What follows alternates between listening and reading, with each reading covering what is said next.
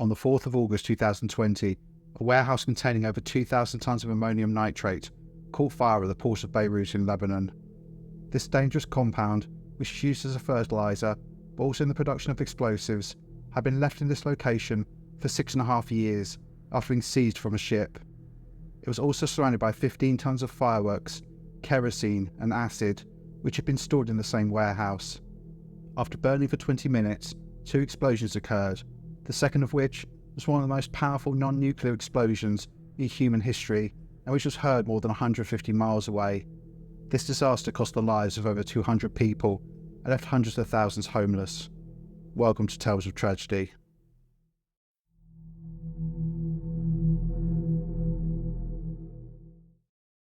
For today's tale, we travel to Lebanon, a country in Western Asia, and the capital Beirut is our focus today. Beirut is steeped in history and has been occupied consistently for 5,000 years, making it one of the oldest cities on earth. It's situated on a peninsula, and at the midpoint of Lebanon's coast is the Port of Beirut, one of the busiest in the eastern Mediterranean. The port covers an area of around 1.2 million square metres. It has 16 berths and over 700 people work there. At the time of the disaster, it had 12 warehouses, a large container terminal, and a grain elevator, which had a capacity of 120,000 tonnes, which served as the main reserve of cereals for Lebanon. The port currently handles the equivalent of 800,000 20-foot-long containers each year, which is an increase from the time of the disaster, where this was around 560,000. It's a major hub for the importation of goods, essential to individuals and industries within Lebanon.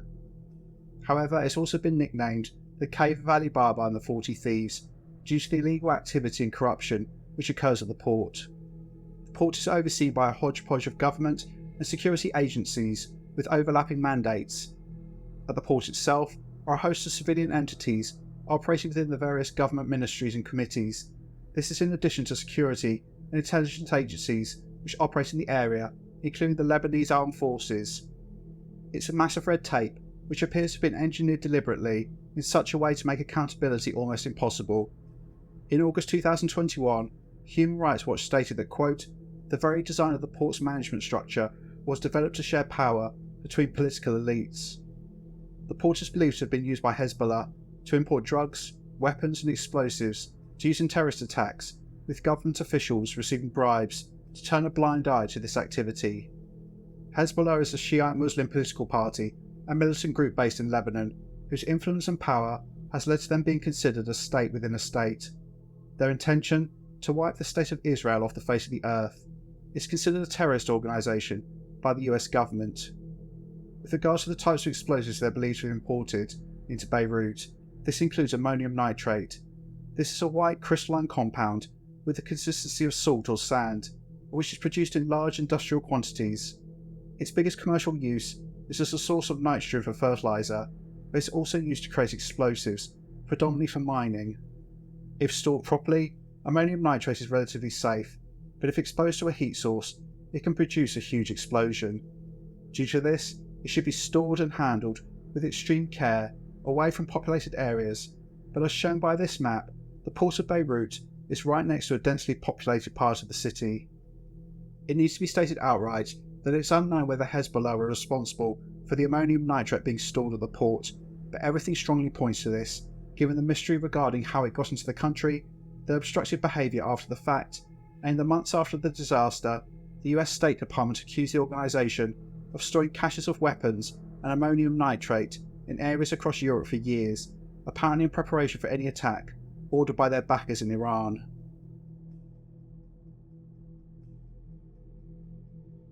To understand the sequence of events which resulted in this disaster, we actually have to go back to late 2013, 6.5 years before the explosion.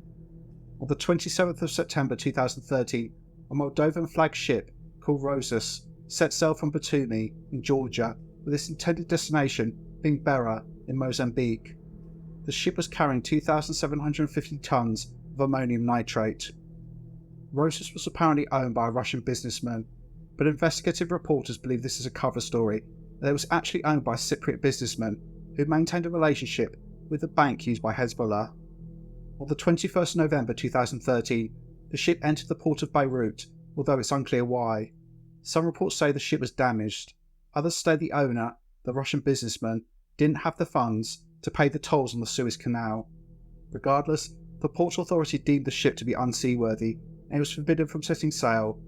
The ship sat in port, and due to the owner essentially abandoning it and refusing to pay $100,000 in unpaid fees, it remained there for months before any action was taken. Eventually the crew were repatriated and the Lebanese courts directed the seizure of the cargo on the ship on the 4th of February 2014, and this included the large quantity of ammonium nitrate. Was this just a cover story to get this substance into the country? I think it's likely. Regardless, the almost 2,750 tonnes of ammonium nitrate was moved to Warehouse 12 at the port. For perspective, the device used in the Oklahoma City bombing on April 19, 1995, killing 138 people, contained 2,200 kilograms of ammonium nitrate. The quantity stored at the port was 1,250 times this amount, so you can get an idea of the scale of the potential disaster which was sitting right on the doorstep of the 2.5 million residents of Beirut, who went about their life day to day, unaware of the danger in their midst. And what was done with this highly dangerous compound? Was it stored safely? Was it moved out of harm's way as soon as possible? No, it was stored in a warehouse which didn't have proper ventilation, which was unlocked and unguarded. Soon after the deadly cargo landed in Beirut, customs officials sent letters to judges asking for resolution for the seized cargo, essentially asking for it to be moved as far away as possible from populated areas. Between 2014 and 2017, 6 letters were sent, all without reply. One letter from 2016 read, quote, "In view of the serious danger of keeping these goods in the hangar in unsuitable climatic conditions, we reaffirm our request to please request the Marine Agency to re-export these goods immediately, to preserve the safety of the port and those working in it, or to look into agreeing to sell this amount." These were just complaints from customs officials. Many civilian and government personnel raised concerns about the fact that a massive quantity of ammonium nitrate was simply sitting on Lebanese soil without any clear plan of what to do with it. Investigative reports have indicated that people in the highest positions of government knew the dangers but did nothing, using the convoluted bureaucratic mess that the port was tied up in to argue it was not their issue or under their jurisdiction, and telling people to contact this person, who would either ignore them or simply point them in another direction. This included the President Michel Aoun and the then Prime Minister Hassan Diab, as well as many others.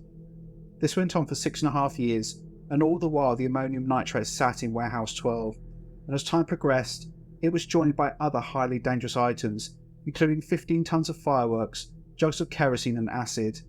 It's also believed that weapons belonging to Hezbollah and ammunition were also stored in this location.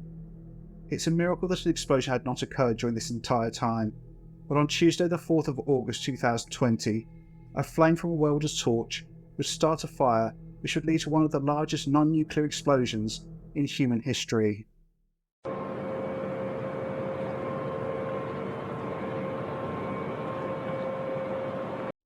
At around 5 PM on Tuesday the 4th of August 2020, 3 men were sent to perform repairs on Warehouse 12.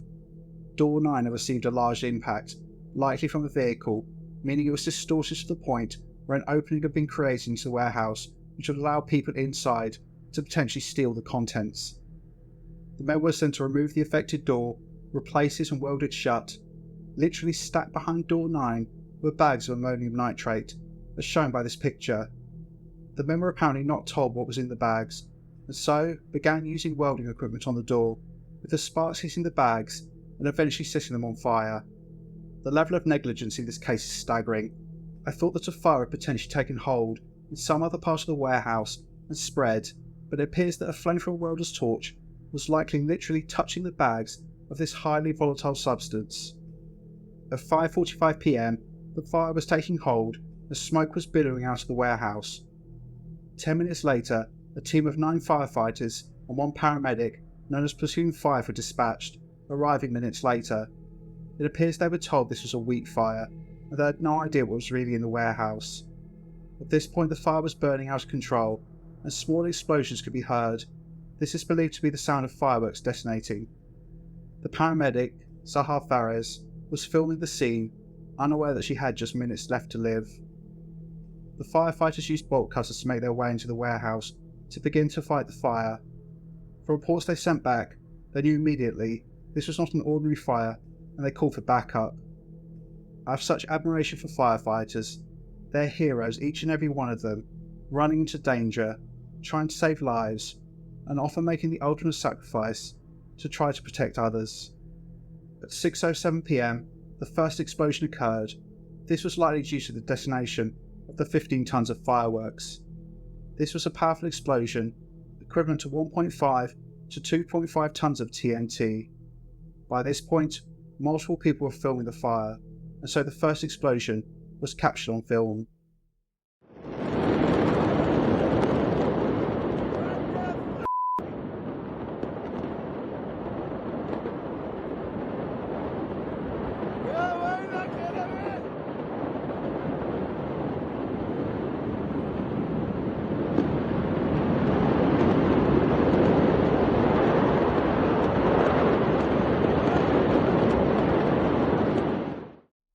This footage is truly heartbreaking, as it captures the moment that all members of Platoon 5 were killed.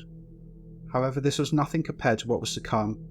Around 33 to 35 seconds later, the 2,750 tons of ammonium nitrate stored in Warehouse 12 detonated in a truly massive explosion. I want to play several clips of the explosion and the damage it caused.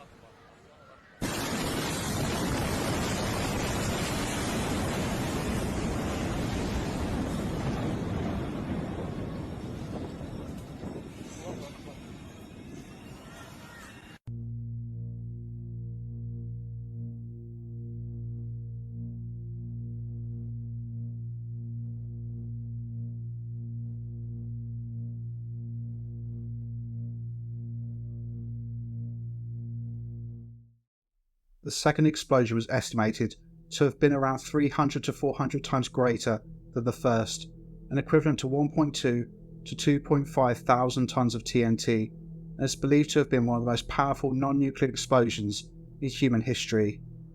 Warehouse 12 and the surrounding area was completely destroyed, replaced with a crater 124 metres wide and 43 metres deep. The explosion triggered an earthquake which measured 3.3 magnitude on the Richter scale, literally shaking the country of Lebanon. The blast was heard in Cyprus, 150 miles away. The Beirut explosion killed 218 people, including nationals from 13 different countries. Some were killed in the explosion itself, but others were fatally wounded by flying projectiles or were crushed when their homes were destroyed. However, some died as a result of other consequences of the blast.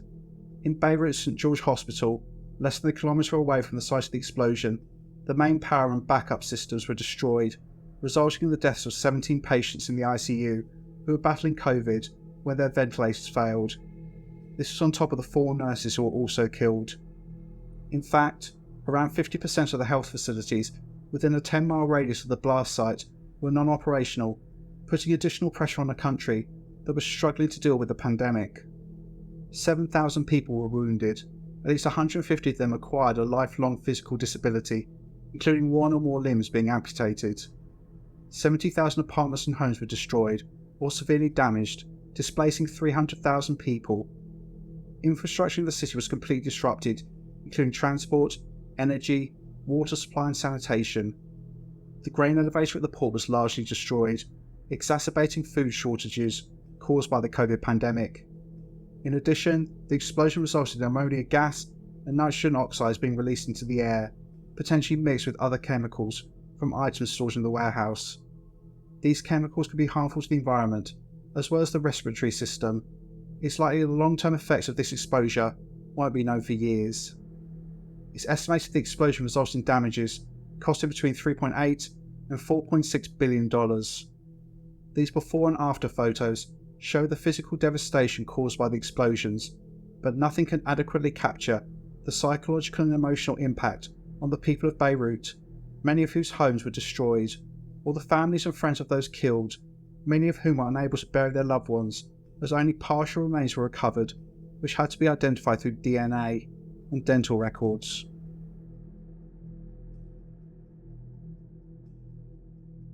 Immediately after the explosion, the Lebanese government formed an investigative committee led by Prime Minister Hassan Diab. Given that, as I stated earlier, evidence indicates he knew full well about the presence of the ammonium nitrate and the associated risks, you can imagine how much accountability actually stemmed from this investigation. 2 weeks later, 16 Beirut Port officials who had overseen storage and security were placed under house arrest, but it was clear they were low-level employees who worked under the direction of people in positions of power. It was also apparent that these individuals had tried to raise the alarm but had been ignored. A further 9 people were arrested, but from reports I've read, it appears that none of them were ever convicted of any offence. To reiterate again, it's not clear whether Hezbollah had any involvement with the presence of the ammonium nitrate at the port of Beirut, but they're reported to have threatened the judge overseeing the investigation. By 2022, claims of parliamentary immunity and procedural stalling tactics initiated by 2 members of parliament and a former minister, all of whom were on the list of officials I showed you earlier, meant that the investigation ground to a halt. At the time of recording, almost 4 years after the disaster, no one has been held accountable for the deaths of over 200 people and the utter destruction that was caused by the explosion at the port of Beirut. All the residents of the city could do was express their disgust, including leaving graffiti at the site of the disaster. This tale is yet another example of a government who value money far more than the lives of the people they're meant to serve. Thank you for watching. Please like, share and subscribe, and also check out my second channel called Evil Among Us, which focuses on true crime. There'll be a link in the description. Take care, and I'll see you in the next one.